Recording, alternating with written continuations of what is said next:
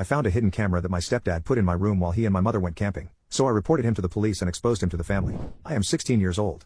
My stepdad installed a surveillance camera outside my window to scan our backyard while he, my mother, and my two younger brothers go camping. I couldn't go on the trip because I had work, so I stayed home to babysit and feed our animals. My stepdad recently installed new cameras outside, so I didn't see anything wrong with him positioning one outside my window. I came to find out the very next day. I had my boyfriend stay over, and he found that the surveillance camera running from outside my window and into my room was being powered by one of those spy camera power blocks. For context, my relationship with my stepdad hasn't always been the best, and we tend to butt heads a lot. He's said many questionable things in the past that I've written off because he's my dad, and I would never think he intended to be inappropriate or harmful. He's been in my life since I was 8 years old. Of course, I'm second-guessing everything now that I've found this camera. It was positioned to point directly at my bedroom door from the far wall, so it has a direct view of my entire room, which I change in. I tried desperately to rationalize it and thought it was maybe a mistake, like he grabbed the wrong charger box, or maybe he was just trying to look for intruders. But really there is no excuse for putting a camera in my bedroom. The camera even had an SD card on it. I'm beyond devastated. My stepdad even suggested I invite my boyfriend over while they're gone so I have someone here, which is something he would never do, considering he's made it clear before that he doesn't want him over when no one is home because he doesn't want us fucking in his home. My boyfriend and I will review the SD card to see if anything is on it. I'm at a complete loss at bringing this up to my mom. I confided in my aunt and uncle since they live close by, and they have supported me by conversing with my mom about it. This whole situation is extremely upsetting. I at least have some family to support me as I navigate this, but I don't even know how to bring this up to my mom. This is going to change everything. She had my 5-year-old half-brother with him. My mind is racing with the consequences this will have on our family. Update 1. I don't want to make a whole new thread since I want to make a new update when my parents get back Monday, but I want to thank everyone for all the advice. I went to the police station tonight and filed a police report, and turned on the spy camera with the SD card.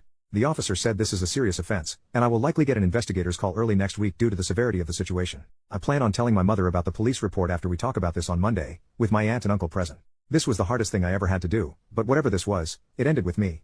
I hope I can get justice for myself and any other victims who may have been violated by him since this will be heavily investigated, and the officer said it will likely be looked into further. I'm hanging on by a thread, but the support I have is what's keeping me together. I'm staying with my boyfriend tonight to keep out of the house. Update 2. It's the next morning, and once my boyfriend wakes up we're going back to my house today to look for any more secret cameras so I can submit it for more evidence. I'm iffy about searching my parents' room for more evidence, as he likely has a hidden camera in there to see me do it. Still on the fence about having a police officer search the house. If I do, I'll be sure to update you after I'm finished and in a safe place. My aunt has offered to come with me to help me with my search. Again, thank you, everyone, for the support. I'm trying my best to do this right and get as much done with the time I have left. I'm mentally and emotionally drained, but I'll be seeking resources once all of this is said and done. Update 3. I probably won't be able to update for a few days since today is the day I talked to my mom, but I just wanted to share the plan I made and my hopes for what will happen today. After talking with my aunt, uncle, boyfriend, and cousin, a civil lawyer, I decided to speak to my mom separately from my stepdad. Most likely, I'll have her meet me somewhere outside of our home.